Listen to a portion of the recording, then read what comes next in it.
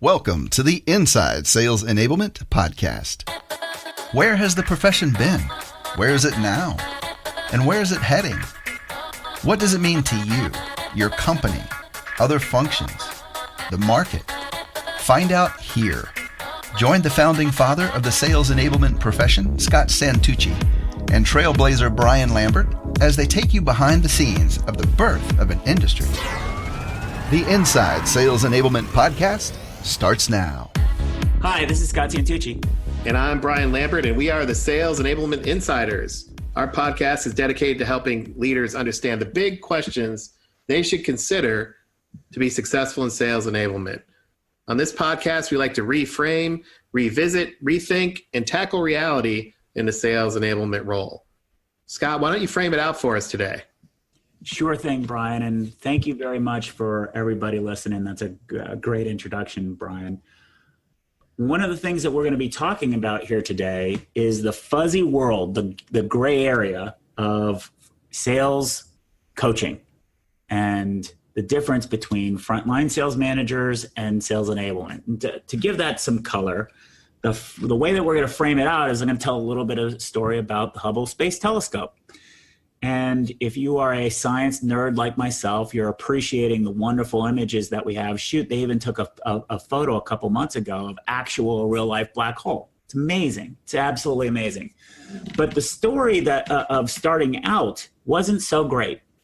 When the Hubble Space Telescope was first released and brought out of the space shuttle, it had a problem. It actually couldn't focus on anything, really. And the problem that it had is, like most complex machinery, there were different teams. One team was focused on doing calculations using the metric system. Another team was focused on using the standard system. And you can think, what a bunch of idiots. But I think no one in their right mind would call somebody who works at NASA, literally a rocket scientist, stupid. The issue is when things get complicated, it's very, very, very, very, very, very easy for people to lose sight of clarity, particularly lack of communications and the like. So that's what we're talking about. And Brian, your thoughts? Well, I would say we don't have the standard coaching system and the metric coaching system, or maybe we do, but when you look at that, Scott, what's your point as it relates to sales coaching? My point on that is very simple. Sales people are smart. Sales managers are smart. Sales enablement people are smart, and VPs of sales are smart. Let's assume everybody in their roles are smart.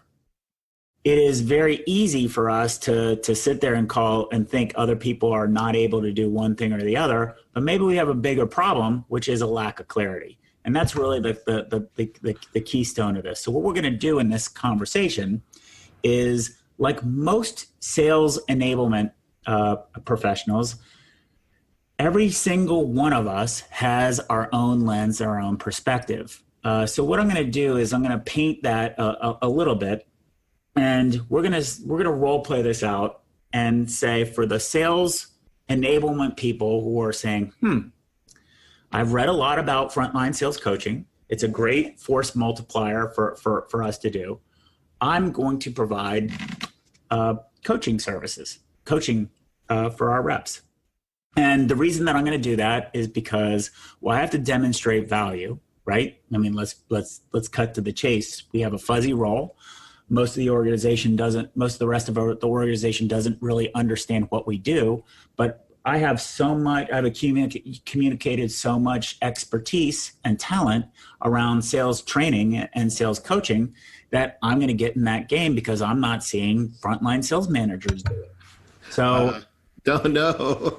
I would say don't do that. What? How can I not do that? Brian, I've got all this talent. I've done all this training. Look at the feedback scores I get when I actually do courses. My feedback scores are through the roof. Why are you telling me not to do it? So I didn't know you were going to go there. So this is totally, unscripted, but I would say I'm having a visceral reaction to you taking on the frontline manager role. So in other words, to be more clear, If you're in a sales enablement function and you want to provide coaching services, you should be providing that to frontline managers and helping them coach, not doing their job for them. Because in today's world, in my opinion, the role of a frontline manager is to drive productivity of their team, and that's their job to coach their people, not yours. Wait, what are you talking about, Brian? That sounds semantics. Coaching the frontline sales managers versus their people. At the end of the day, the salespeople aren't able, without reinforcement of the training that we've provided them. Let's say we're rolling out Challenger.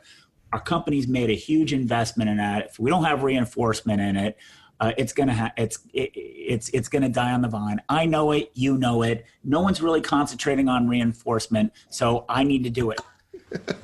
So I'm laughing because you must have been on the receiving end of a lot of this type of discussion, because for people that know Scott, there's no way he would just say what you just said. So I'm glad you clarified this as role playing. So yep, I'm a listener. Yeah, a listener. So but I would say, okay, in that view, then what's the purpose of the manager specifically, right? So I framed out the admin side.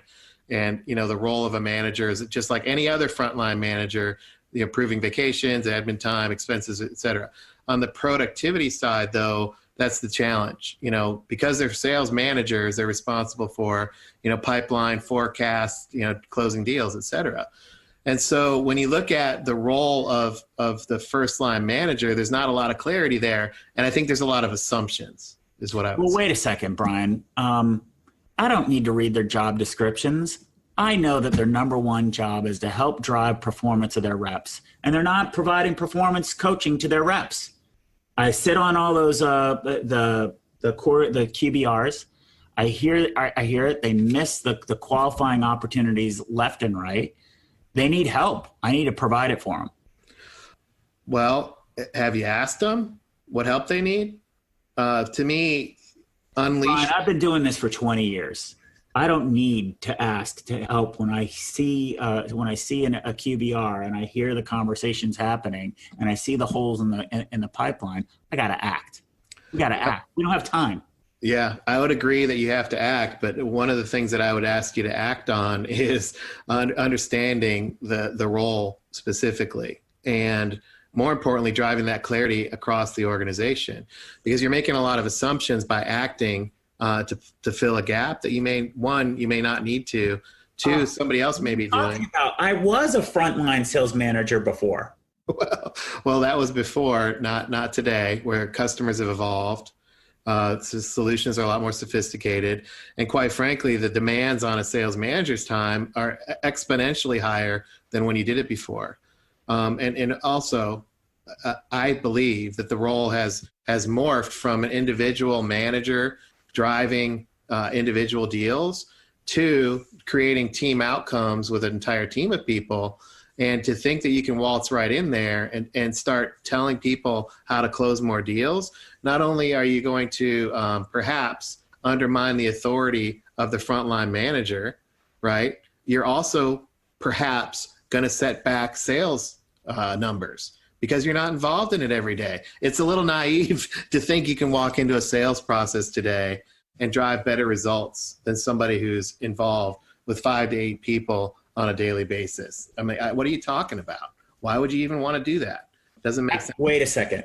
I'm the one who trained them all on our new sales methodology. So I know everything there is to know about Challenger. Everything there is. Our reps aren't following the methodology. And I am in a unique position because I trained everybody on this. I'm in a unique position. What do you mean I don't know? I know because I know Challenger.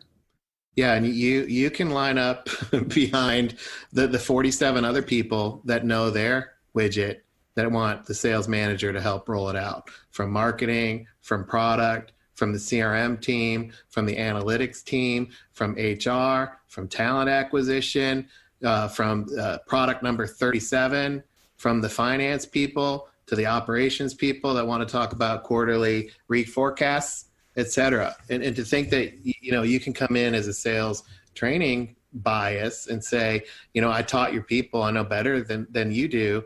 on how to manage perhaps a sales cycle, how to handle a sales call, how to prioritize time and coach people how to prioritize time, how to renegotiate the trade-offs on a daily basis on these demands is not right to me. And I would say redirecting that energy to go do something into the broader team view or the system view is way more valuable. For example, sales managers have the hardest job of anybody in the business world today because of the pressures that they're under. Who's helping simplify what's coming at them? And with regard to coaching and talent in general, for example, I think you could spend a lot more time understanding what type of talent sales managers need to get from the recruiting team, for example. There's a lot of frustration there. If you want to teach somebody Challenger, go teach the talent acquisition folks what salespeople are trying to do. I think that would be a great use of your skills as a trainer. But to take over the sales manager's job and coach their people on behalf of them is to me insulting. I wouldn't appreciate it if it was my team. Okay, so we're going to end role play. So, Brian, how'd I do? Well, I'm pissed off right now. Yeah. So that was great. And, I think also. Well, why are you pissed? Why are you pissed off? Well, it's one as well. I have a visceral reaction because it's real, right? I had a sales manager call me, I think a week and a half ago, going, "Uh-oh, I just unleashed, a whole tirade on my talent acquisition team." And I told him they were screwing up. He didn't use that word because it was expletive-laden, my whole sales team, because they need to get their stuff together. Right. And, it's frustrating to be a sales manager today. And and if you look at it, the reason why I'm having an emotive reaction to this kind of, you as a manager should go do X, Y, or Z. I was never asked by you what would be helpful. Two, when I started actually sharing what I believe should happen, you kept, arguing with me. And that I think is frustrating for sales managers to be in that position. And that was pretty heightened. And, the purpose of that is we hear a lot of these kinds of feedback. And the purpose of this show or this particular episode is to understand the situation more holistically. So taking a step back, let's break down this problem. The frontline, what actually is the role and responsibility of a frontline sales manager? And if you were to look at this like a Venn diagram, you have two Venn diagrams coming together. You have one, they are a cog, for lack of a better word, in the sales machine. So when you think about the sales leader working with human resources and finance, they have to put together a structure of their department. And in that structure of their department, there's a term called span of control. And they set a metric of how many reps report to whom. And it's a very mechanical viewpoint. And lost in that shuffle, the job description of a frontline sales manager gets overlooked. So it is not uncommon for many variations of a frontline job description to exist inside a company, and somehow that gets baked in to somebody's job performance. Now, so that's one side of it. The second side of it is I have yet to meet, and I'm going to ask you, Brian, a frontline sales manager that doesn't feel a heck of a lot of responsibility. Heck, they're paid. Most of their salary is variable, and it's based on their team's performance. I have yet to meet a frontline sales manager that isn't interested in helping their salespeople be better. Yeah, that's right. Have you ever met a frontline sales manager that isn't interested in that? That they wouldn't be in the job. Not for long. Right. So the question then is, you have two competing forces. You have one force which says this job description, what we're asking of you as a frontline sales manager, is unclear. And then secondly, you've learned you're probably, if you're a frontline sales manager, you're at least a year or two away removed from the field, maybe even longer. So you probably don't know everything that's going on in terms of techniques. The techniques that got you here to where you were may be different than the techniques that work today.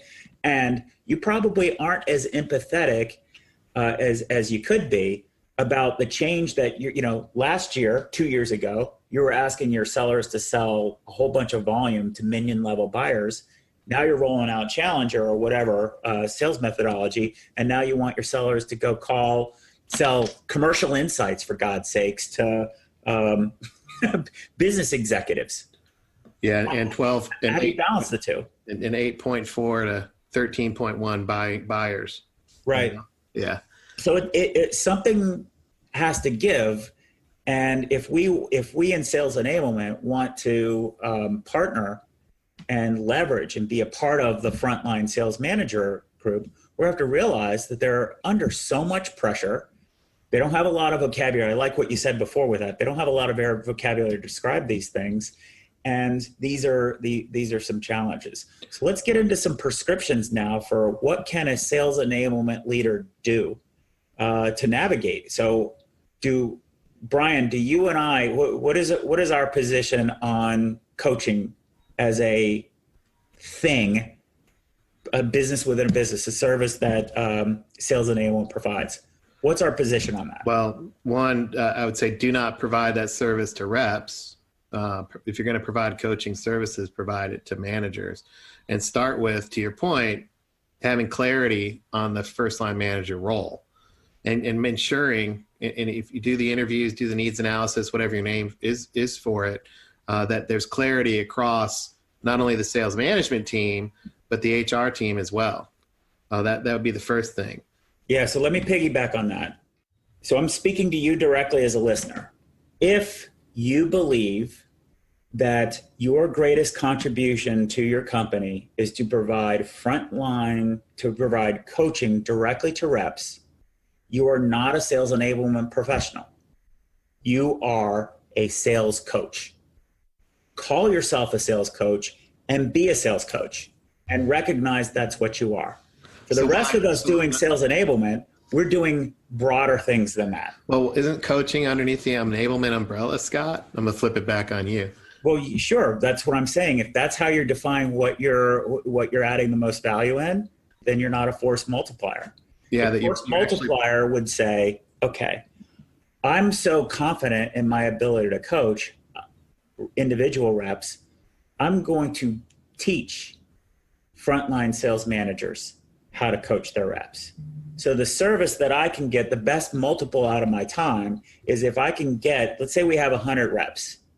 Out of my time, I could coach maybe 10, 20 reps, let's say, or I can coach 20 sales managers who can coach their 8 reps.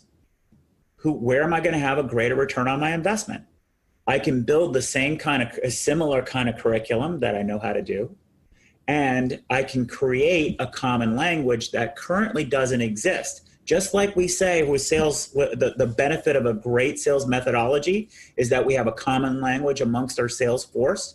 We don't have a common language across our sales managers. And without that common language, it's going to be very difficult for me to get feedback on other programs that I could do. Yeah, that's a good point. I think less than 5% of organizations, I can't remember who put that research out, but they said that less than 5% have an actual standardized, if you will, sales methodology. And even to me, sales coaching methodology. Right. Yeah. And I would even say if you take sales coaching to some sort of one page picture, that would be helpful. What is sales coaching? Because it's a conversation, or is it a philosophy? Is it a task? Is it a process? Is it a methodology? What is it? And I think there's just a lack of clarity, not only on the manager role, which we've both talked about, but the second point I would make to be successful in enablement here is what is sales coaching, and how would you define it so that it can scale?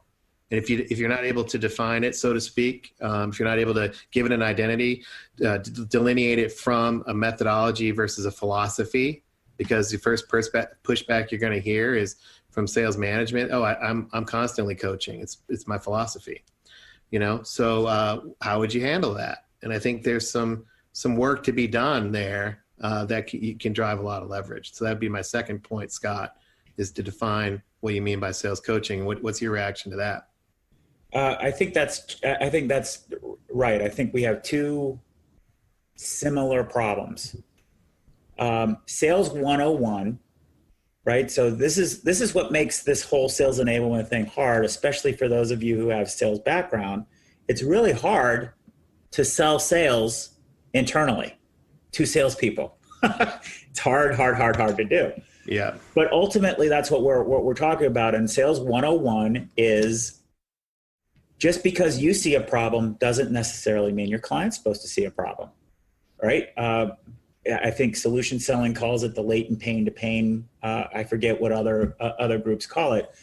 But one thing that I think is really important is you're going to need some sponsorship from your VP of sales.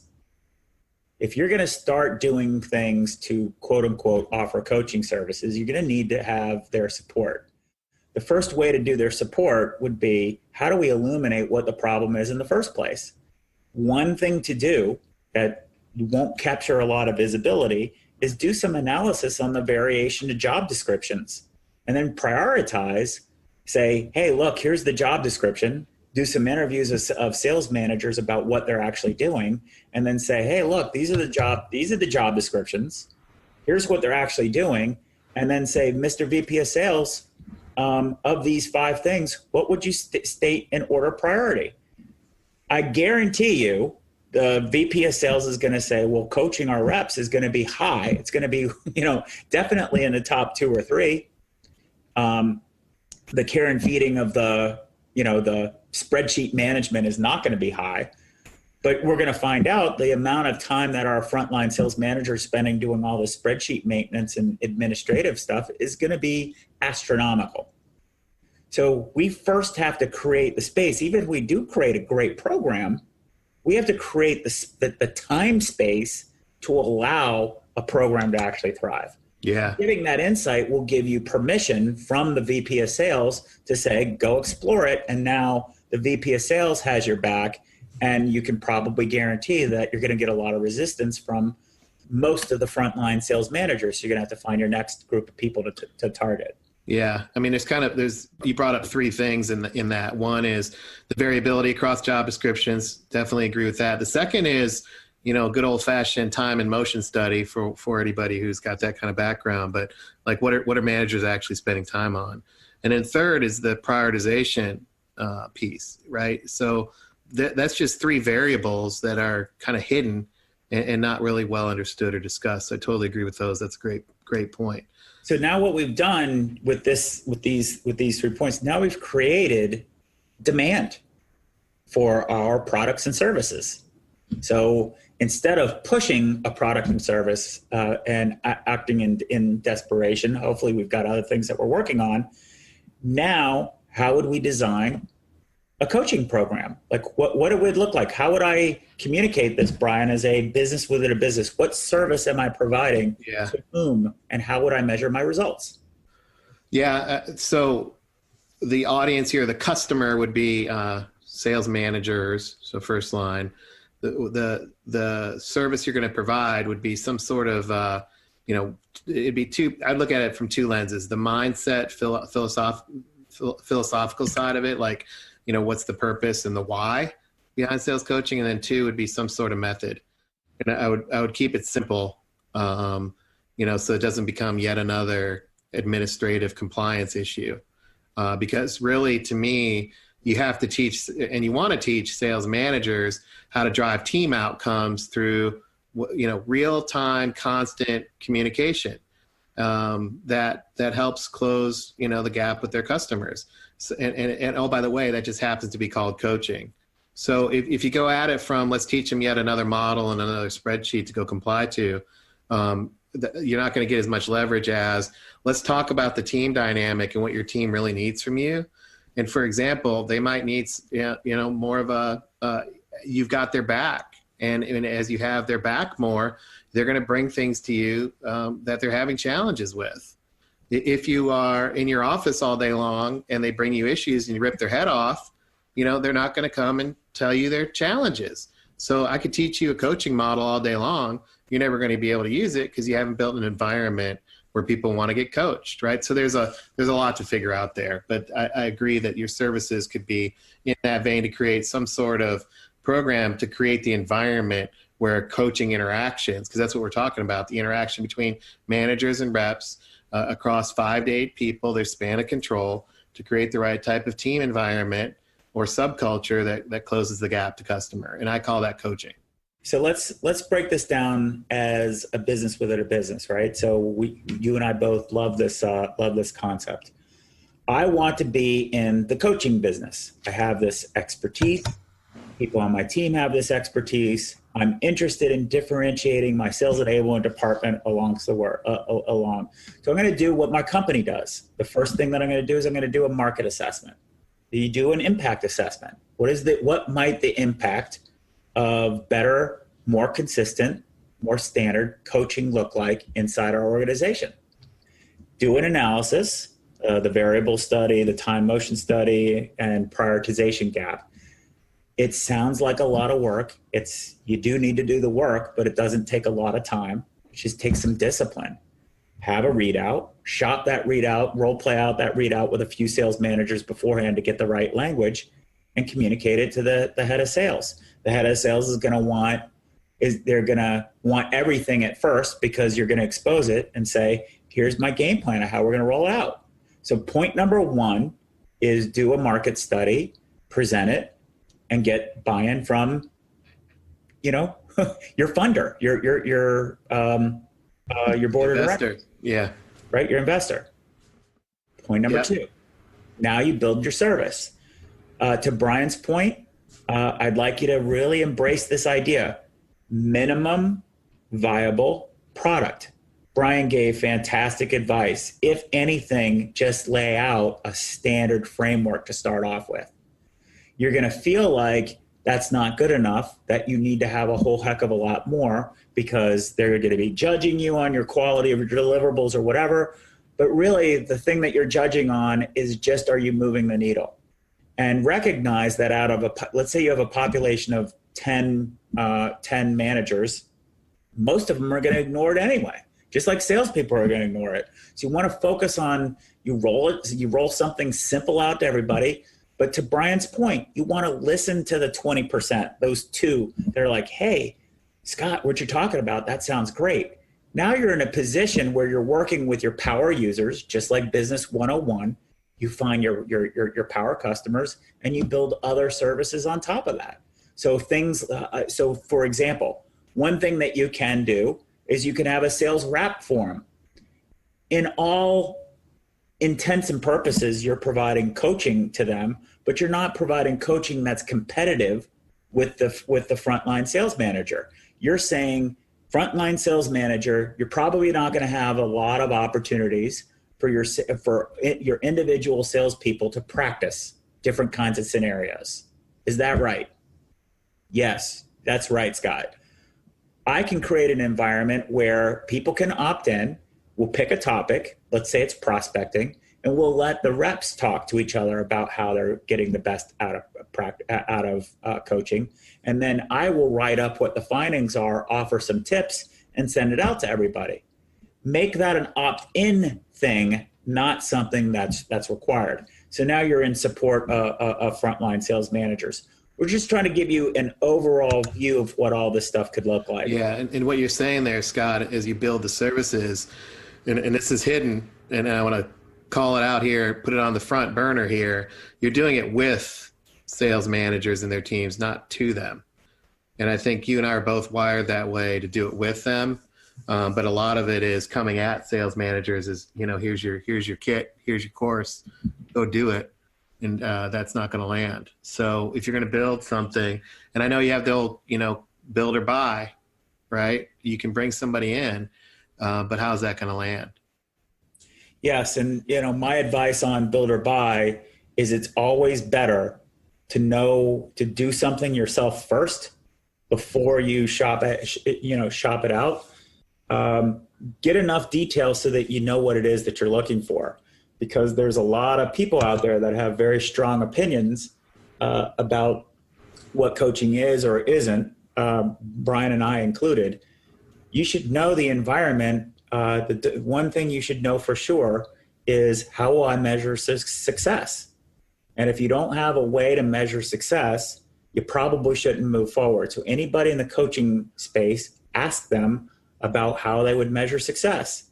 If at the end of the day, they're measuring individual reps' performance, I strongly recommend you either, if you like their approach, refer that on to some sales managers.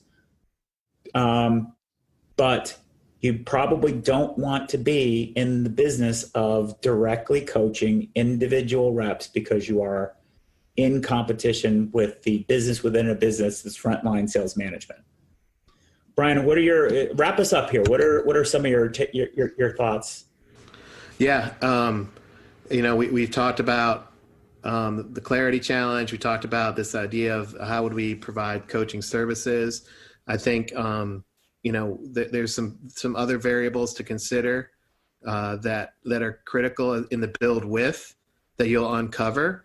That's why I like the minimum viable product, but also being in tune with the culture, being in tune with what HR is thinking around this idea of coaching, things like that.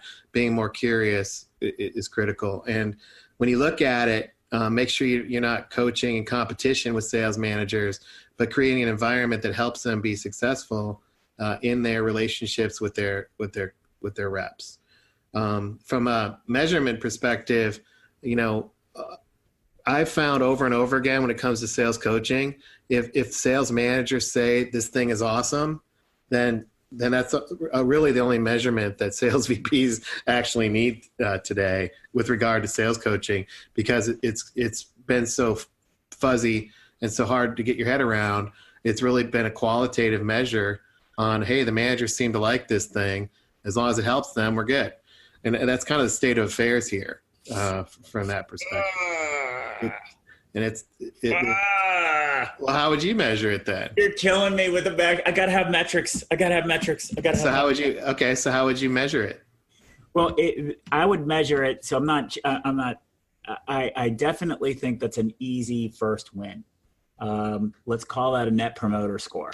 Yeah, like a net promoter. Right. But we need to have discipline for it, because if we don't have some metrics on that, then it's just, we don't want to be at the whim of anybody's opinion. For me, if you've done a good enough job on your setup part, right, your discovery work, you're going to know how much time sales managers are wasted or how much time is spent. So if I can give you, if only 10 hours a week our sales managers are able to invest in coaching for frontline sales managers or for salespeople, and I can get it to 20 hours, well, that's great. Then what I want to do is I want to track by each sales manager how much time how much uplift time that they've got, and whether or not there's an uptick in performance. Because I want to do the correlation. My correlation isn't me and the direct reps. It's my ability to amplify sales managers for their sales performance. If you go and understand the data, it's an easy metric to pull out. If you are intimidated by the data, it's going to be difficult for it. Yeah. If you have clarity, I agree that you can do that. And that's the thing. That's why it's really important that you start with clarity. Is once you have clarity, then you can measure things. And when you measure things, it becomes a positive flywheel. Another thing is, if you are offering opt-in services, track the attendance of those opt-in services. That's a metric. Also track the performance of the people who are doing it, and also capture their quotes.